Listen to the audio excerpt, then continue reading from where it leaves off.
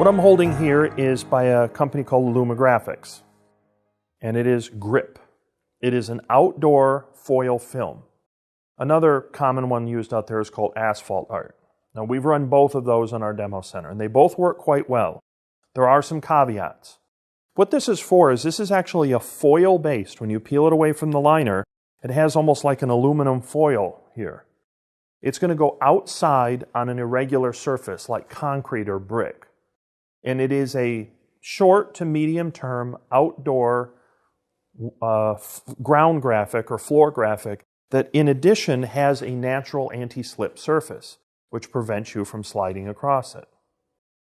This stuff prints very well in the latex. It looks gorgeous. A couple things we found. One, it likes the take-up roll. I think it has something to do with the nature of this material, which has a lot of its own memory. I mean, it's very unique. And both the Grip and the asphalt art have these very distinctive characteristics. Now, the trouble is it's a little expensive. So putting it on the take-up roll without printing it on it, that's a little tough. What we've found is when I run this without the take-up roll, the text tends to elongate, and it does that because it really likes to be on the take-up roll to allow the mechanical path to work properly. We found that once it's on the take-up, everything looks gorgeous. So we have brought it out to the front of the printer and then put a leader on it, sort of taped it on, and then put that onto the take-up roll. So it always has take-up tension onto the material. That seems to be pretty successful, and from what I can tell from some of my end-user base, that seems to be the best way to approach this. Obviously, nobody likes to waste an expensive outdoor media where you have to put it all the way through the take-up roll, and then you lose that to print on. This material is going to take a beating. You can't put it out on, say, streets where cars are going to drive over it because the car tires will tear this up quick. But it's very good for directional signage. So in my HP demo center in Atlanta, we have arrows with this on it where people walk through and it kind of tells them where to go. It's great floor-based directional signage. It goes on very easily. Each of these companies have clear directions on how to use it and can also be removed. Some things I would consider.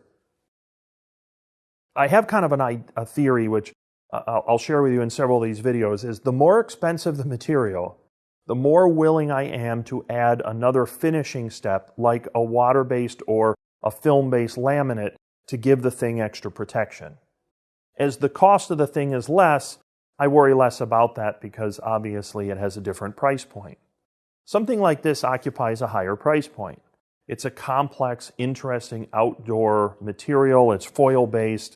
So I would consider, depending on how long you want it to be out there, putting a water-based laminate on it to give it a little extra durability.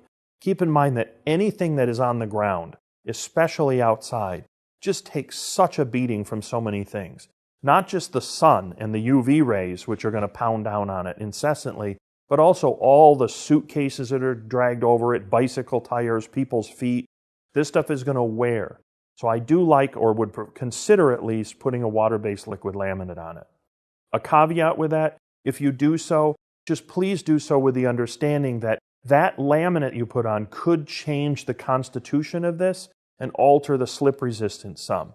It may not have any effect at all because this has quite a textured surface and is by its nature going to be a lot more slip resistant than just walking on regular concrete. But do be aware that when you add a third thing, it may change the nature of the slip. You want to be aware of that at least. But I like both of these products. For short to medium term outdoor, they work real well. They're pretty cool. Be careful when you load them in the printer because you don't want to run your heads against this. This is a very harsh, textured material. It would probably be pretty forgiving. I've known a couple people that have taken a couple print heads out. It's bad to take a print head out.